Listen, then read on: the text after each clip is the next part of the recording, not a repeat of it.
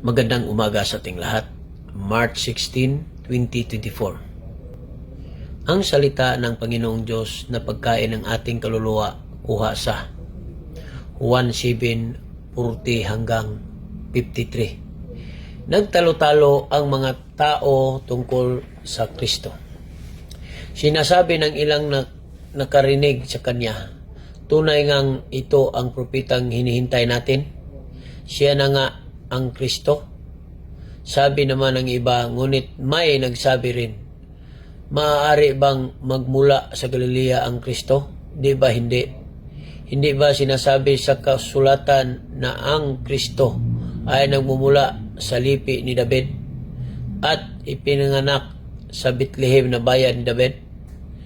Nagkaroon ng pagkakabahagi sa mga tao dahil sa Kanya. Gusto ng iba na dakpin siya, ngunit wala namang nangahas na humuli sa Kanya. Ang di naniniwala ng mga pinuno.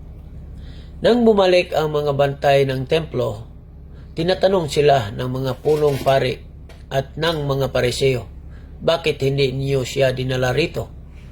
Sumagot ang mga bantay, wala pa po kaming narinig na salita ng tulad ng taong ito.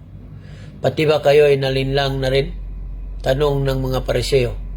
Mayroon bang pinuno o pariseyong naniniwala sa Kanya? Ang mga taong bayan na ito na walang nalalaman sa kautusan ay mga sinumpa. Isa sa mga naroon ay si Nicodemo, ang pariseyong nagsadya kay Hesus noong una, at siya ay nagtanong, hindi ba't labag sa ating kautusan na hatulan ang isang tao nang di muna nililitis at inaalam kung ano ang kanyang ginagawa? Sumagot sila, ikaw ba'y taga Galilea rin? Saliksikin mo ang kasulatan at makikita mong walang propetang magmumula sa Galilea.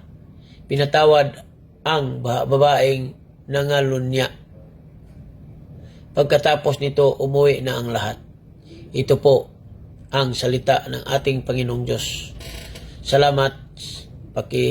Please like and share sa ating Gospel of the Day. Thank you. God bless us all.